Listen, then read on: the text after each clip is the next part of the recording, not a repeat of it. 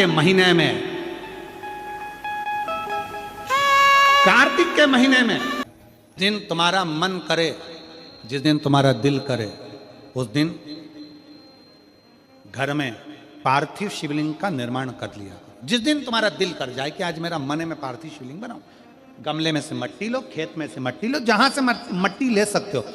घर के बाहर कोई गमला हो, बगीचा हो, शहरों में जमीन पर कहां मट्टी ढूंढने जाओगे, तुम्हारे जो गमले लगे रहते हो उसमें से मट्टी ले लो, पर छोटा सा पार्थिव शिवलिंग का निर्माण। समझ लेना जरा, तुमने पार्थिव शिवलिंग बनाया, जलाधारी बनाई, पूजन कर लो जिस दिन तुम्हारा मन करे। कोई तिथि, कोई वार, कोई दिन, कोई समय, कोई घड़ी, कोई पल, कुछ मत देखो। तुमने पार्थिव शिवलिंग का निर्माण किया। 3 आखा चावल, 3 अक्षत। आखा चावल जानते हो, साबुदाना, आखर चावल। 3 चावल के दाने, एक गणेश जी की जगह, एक अशोक सुंदरी की जगह, एक षडानंद कार्तिकेय जी की जगह। 3 चावल दाने। 3 दुर्वा, एक गणेश जी की जगह, एक अशोक सुंदरी की जगह, एक षडानंद कार्तिकेय जी की जगह। 3 बेलपत्र, जहां पर माता पार्वती जी का आपने ये जलाधारी बनाई है, उसी जलाधारी पर यहां से पानी बहता है, इसके ठीक विपरीत में यहां 3 बेलपत्र, तीनों रख दीजिए। और छोटा सा कलश हो या बड़ा सा कलश हो, 3 लोटा जल यहां बैठकर, जहां पर आपने बेलपत्री रखी है उसी के वहीं पर बैठकर इस शिवलिंग पर 3 लोटा जल धीरे धीरे अपने मन की कामना कर कर, बाबा आज मैं दुखी हूं, बाबा मुझे ये तकलीफ है, बाबा मेरे बच्चे ये काम में गए हैं, बाबा ऐसा है। 3 लोटा जल बाबा को धीरे धीरे अपने भाव कहकर, फिर तुम्हारे पास में जो पूजन का सामान हो वो चढ़ाकर बाबा की आरती कर कर दिया लगा दो। जब दिया ठंडा हो जाए उस शिवलिंग का विसर्जन कर दो। आप पाओगे, आपने अगर 2 या 3 बार कभी भी तुम्हारा मन करा कर लिया, आपको खुद लगेगा कि मेरे घर में संपदा कैसे बढ़ रही है और कार्य कैसे सिद्ध हो रहा है। शिव आराधना में भगवान शंकर की, शिव भक्ति में भगवान शंकर की अविरल भक्ति में पार्थिव शिवलिंग का निर्माण और पार्थिव शिवलिंग की पूजन हमें बल प्रदान करती है। माता पार्वती जी ने पार्थिव शिवलिंग का निर्माण किया। शिव जी ने देखा पार्वती जी को कि पार्वती जी पार्थिव शिवलिंग का निर्माण कर रही, तो शंकर जी ने पूछा, पार्वती तेरी शादी नहीं हो रही थी इसलिए तूने पार्थिव शिवलिंग का पूजन करा, तू चाहती थी मुझसे विवाह करना चाहती थी इसलिए पार्थिव शिवलिंग का पूजन करा, अब क्या चाहती है? अब तो मैं तुझे मिल गया, अब तो मैं तुझे प्राप्त हो गया, अब तुझे क्या चाहिए? अब तुम मुझसे चाहती क्या है? पार्वती जी ने हाथ जोड़कर भोलेनाथ जी से विनय करा, अब मुझे कुछ नहीं चाहिए, बस इतना चाहिए कि मैं कैलाश पर रहूं या शमशान में रहूं, जहां भी रहूं मेरे हृदय में कभी भी दुख ना हो, मैं प्रसन्न होकर अपनी जिंदगी को आपकी सेवा करते करते निकाल दूं। हिंदू अपनाया, रावण पार्थिव शिवलिंग का निर्माण करता था, पूजन करने बैठ जाता था, शंकर भगवान को आकर उसे वर देना ही पड़ता था, वर देना ही पड़ता था। पार्थिव शिवलिंग के निर्माण का, पार्थिव शिवलिंग के पूजन का, पार्थिव शिवलिंग की आराधना का फल बहुत। कितने लोग हैं, आप लोगों ने बनाया कभी पार्थिव? बनाया, सावन में बनाते हो गुरुजी, है ना, ऑनलाइन जब पार्थिव शिवलिंग का निर्माण होता है तब बनाते हो, पर बीच में कभी तुम्हारा मन कर जाए, एकदम जब तुम्हारा मन हो। अब कई लोग कहते हैं गुरुजी पार्थिव लिंग का पूजन करना है तो पति पत्नी का दोनों का होना जरूरी है, शादीशुदा होना जरूरी है, या ऐसा जरूरी है या वैसा जरूरी है। शिव महापुराण की कथा कहती है, बच्चे हो बच्ची हो, शादी हो गई नहीं हुई, विवाह हो गया, जैसे भी हो, आप जैसे हो वैसे पार्थिव लिंग का निर्माण करो, वो पूजन करो। पार्थिव लिंग निर्माण का और पार्थिव लिंग पूजन का भी फल है। इसमें जब लड़की घर में आती है शादी कर कर, बहू जब आती है तो प्रथमता में गोरानी होती है, गोरनी सुहागिन होती है। कोई तुमसे पूछे शादी के तुरंत बाद ये बहू को बिठाकर गोरनी सुहागिन क्यों करी जाती है? शिव महापुराण की कथा कहती है, शंकर भगवान के शिवलिंग को बनाकर माता पार्वती जी ने पूजन कर कर शिवलिंग में से ही सिंदूर लेकर अपनी मांगों में भरा है। आज भी सुहागिन में, गौरनी में ऐसा बनाया जाता है और उसके अंदर सिंदूरा दिया जाता है। उस सिंदूर को लोग अपने मांग में भरते हैं। इधर भरते कि नहीं भरते वो हमें नहीं मालूम। भरते हैं इधर भी, ठीक, आज भी भरते हैं। कई लोग कहते हैं वो गौरनी है, कोई कहता है वो सुहागिनें हैं, कोई कहता है वो गौरानी है। शिव महापुराण की कथा कहती है ये पहली पूजन मेरी माता पार्वती जी ने अखंड सौभाग्य के लिए करी थी। इसलिए आज भी पहली बार शादी करने के बाद पार्वती जी पहली बार इस पूजन को करी थी। आज भी शादी के बाद सुहागिनें घरों में होती हैं, जब बहू प्रवेश करती है उसके बाद आज भी करते हैं। ये सब पुराना है, उसको आज लोग नए में ले लें क्या भाई सुहागिन है, गौरानी है। ये आजकल वो पुराना शंकर के शिवलिंग की आराधना, शंकर के शिवलिंग की पूजन, भक्ति। जब पार्थिव लिंग का निर्माण किया जाता है, पार्थिव शिवलिंग को जब बनाया जाता है तो पार्थिव शिवलिंग का एक नियम है, आप उसका स्मरण जरूर करें। जैसे ये थाली है, मान लो ये थाली है, आपने मिट्टी का शिवलिंग बनाया, पार्थिव शिवलिंग बनाया। कई माताओं की आदत रहती है थाली की किनार से हाथ को पोंछकर उसको भी लेकर शिवलिंग में लगा दे। कई मेरी जीजियों की, कई मेरे जीजाओं की, कई मेरी माताओं की, कई मेरे बेटियों की, कई मेरे बेटाओं की आदत रहती है। समझ में तो आ रहा है ना कि थाली बुलवाऊं? लाओ तो थाली लाओ जरा पूजा। कई मेरी जीजियों की आदत क्या होती है, पार्थिव शिवलिंग का निर्माण करेगी, मिट्टी इसमें भर लेगी, सब कुछ कर लेगी। आप मिट्टी इसमें मिलाओ, मिट्टी मिलाने के बाद में आप उसका पार्थिव लिंग का निर्माण भी कर लो, मना नहीं है। पर निर्माण करने के बाद में जब पार्थिव शिवलिंग का निर्माण कर लो, उस समय पर हाथ को इस तरह से पोंछ कर फिर शिवलिंग में उस माटी को लगाना, यह श्रेष्ठता नहीं है। पार्वती जी ने पार्थिव लिंग निर्माण के समय पर एक छोटा सा भाव प्रकट कर दिया, और जब छोटा सा भाव प्रकट किया तब शंकर भगवान ने कहा, पार्वती, ए पार्वती, तुमने पार्थिव लिंग निर्माण के समय पर माटी को अपने हाथ से खरोच कर लगाया है, तो तुम्हें भी संतान की जो प्राप्ति होगी वो शरीर के उपटन से ही होगी। और सुनो पार्वती, तुमने वो माटी को बाद में अंकित किया गया है, इसलिए तुम्हारे पुत्र का शीश कटकर फिर वापिस अंकित किया जाएगा, पुनः फिर लगाया जाएगा। शिवाराधना में मिट्टी को बनाओ, पर मिट्टी चारों तरफ लगी, आप पोंछो, मना नहीं है। आप हाथ भी पोंछ लो, हम मना नहीं करेंगे।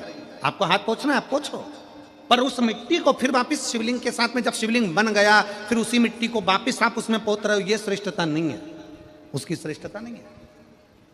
ये अचार की बरनी नहीं है कि यहां से निकालो, यहां से निकालो और लगा के रोटी में फिंगर बना के, फुंगा बना के खा लो। आप निकालो, मना नहीं है। मिट्टी का पार्थिव शिवलिंग बनाया, थाली की मिट्टी साफ करी, साफ कर कर आपने किन्नौर पे झड़ाया, हमें मना नहीं है। पर ये मिट्टी वापिस शिवलिंग में नहीं लगा, ये मिट्टी फिर अलग से रख दीजिए। उस मिट्टी का भले फिर आप नंदी बना लो, उस मिट्टी का आप दूसरा कोई सखी बनाना है, नंदी बनाना है, कुछ बनाना हो, सांप बनाना हो, सब कुछ बनाओ, हमें मना नहीं। पर शिवलिंग की जो आकृति है उसमें फिर ये मिट्टी का प्रयोग नहीं हो। पार्थिव पार्थिव है।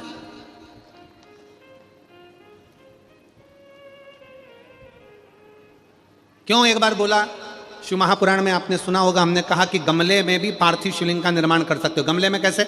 गमला भरा पड़ा हुआ है, वहीं पर तुमने पार्थिव शिवलिंग को उठाया, निर्माण करा। अब वहां पर तुमने हाथ तो नहीं पोंछा, क्योंकि गमले में ही तुम पार्थिव लिंग का निर्माण कर, जाके हाथ धोया, बाबा की पूजन कर, शिव स्मरण कर ले। पार्थिव पूजन का एक आनंद।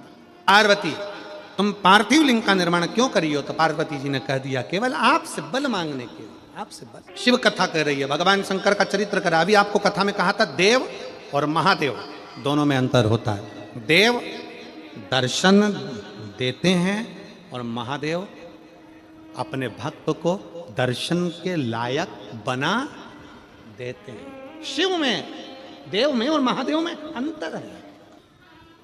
ग्रंथ, संत और भगवंत, तीन को पकड़ने का प्रयास करो। क्या क्या? सब बोलो। ग्रंथ, संत और भगवंत।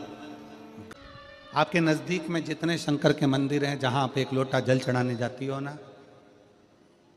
एक लोटा जल चढ़ाने के लिए शंकर के मंदिर में जाती हो तो घर से जब एक लोटा पानी भरो, घर से जब एक लोटा जल भरो और मंदिर के लिए जब निकलो ना, घर से निकलते समय रत्ती भर टेंशन लेकर मत जाना। घर से जब पानी भरो खुश होकर जाना, मैं मेरे पिता से मिलने के लिए जा रही हूं, अपने दिल की बात अपने बाप को बताने के लिए।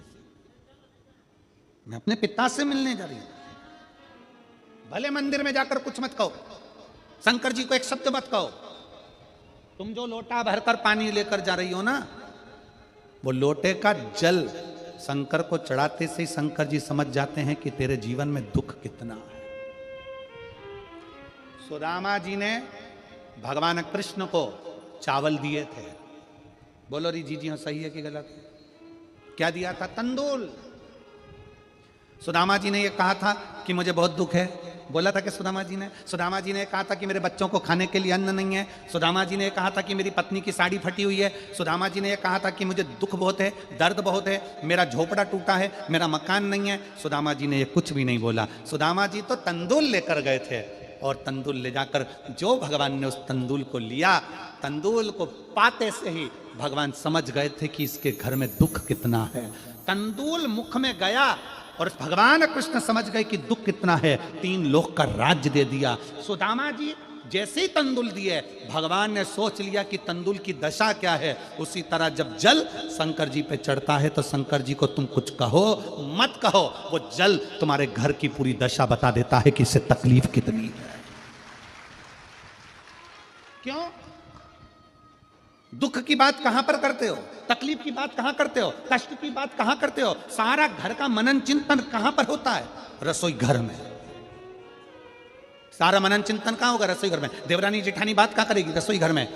कोई दुख हो गया, तकलीफ आ गई, बात कहां होगी? रसोई घर में। अरे वो उनने ऐसा कर दिया, वो काका जी की तबीयत खराब, काकी जी कैसा हो गया, वैसा हो गया। सारी घर की सारी चर्चा रसोई घर में होती है। और जो तुम पानी भर कर लेकर जाते हो, वो रसोई घर में से भर कर लेकर जाते हो, तो वो पानी के अंदर तुम्हारी वाणी की तरंगे उस जल के अंदर हो जाती है। जब जल महादेव को चढ़ता है, उसे सब ज्ञात हो जाता है कि इससे तकलीफ क्या है।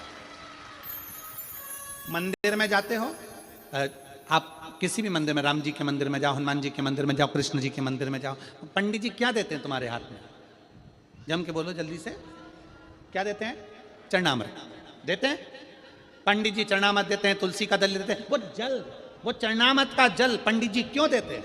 मंदिर का जल ऐसा क्या है कि मंदिर के जल से पीने से तुम्हारी अकाल मृत्यु टल जाती है? उस जल में ऐसा क्या है? उस जल में ऐसा क्या है? जल वही है, बस भगवान के सामने रखा जाता है, आरती होती, घंटी बजती, मंजीरे बजते, मंदिर में हर हर महादेव होता, जय श्री कृष्णा जय राम जी की होती, तो वो ध्वनि उस जल के अंदर चली जाती है। वो जल जब हमारे उदर में जाता है तो हमारी अकाल मौत भी टल जाती है। वो जल की तरंग हमारे को मौत को भी टाल देती है, मृत्यु को भी टाल देती है। महाराज, संसार सागर में जन्म लेना और संसार सागर में जन्म लेकर अगर भगवान की भक्ति हो जाए, एक लोटा जल महादेव को जब आप समर्पित करें, एक लोटा जल जब आप महादेव को चढ़ाने के लिए जाएं, कुछ मत कहो, ना कह सकते मत कहो।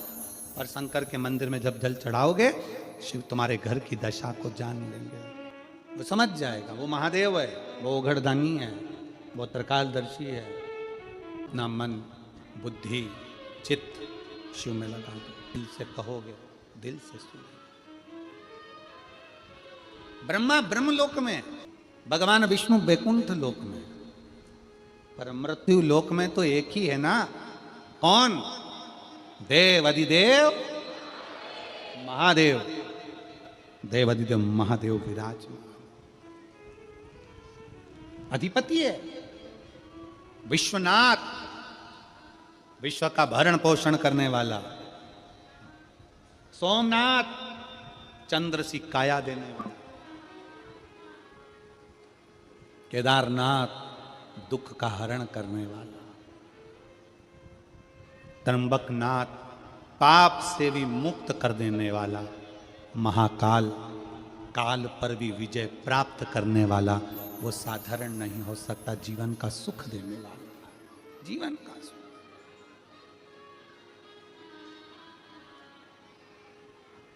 इसलिए ओघड़दानी त्रिकालदर्शी कैलाशी अविनाशी शिव की कथा कर रही है।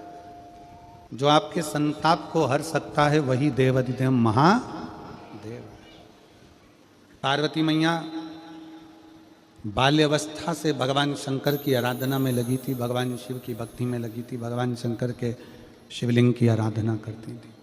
शिवलिंग आराधना का पुण्य पार्वती माता को मिला, शिव पार्वती जी को प्राप्त हो। शिव आराधना का पुण्य ही यही है।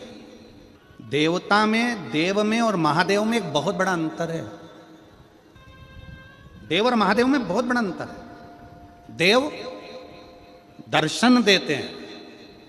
देव क्या करते हैं? जम के बोलो जरा। दर्शन देते हैं। देव दर्शन देते हैं। महादेव आपको दर्शन के लायक बना देते हैं।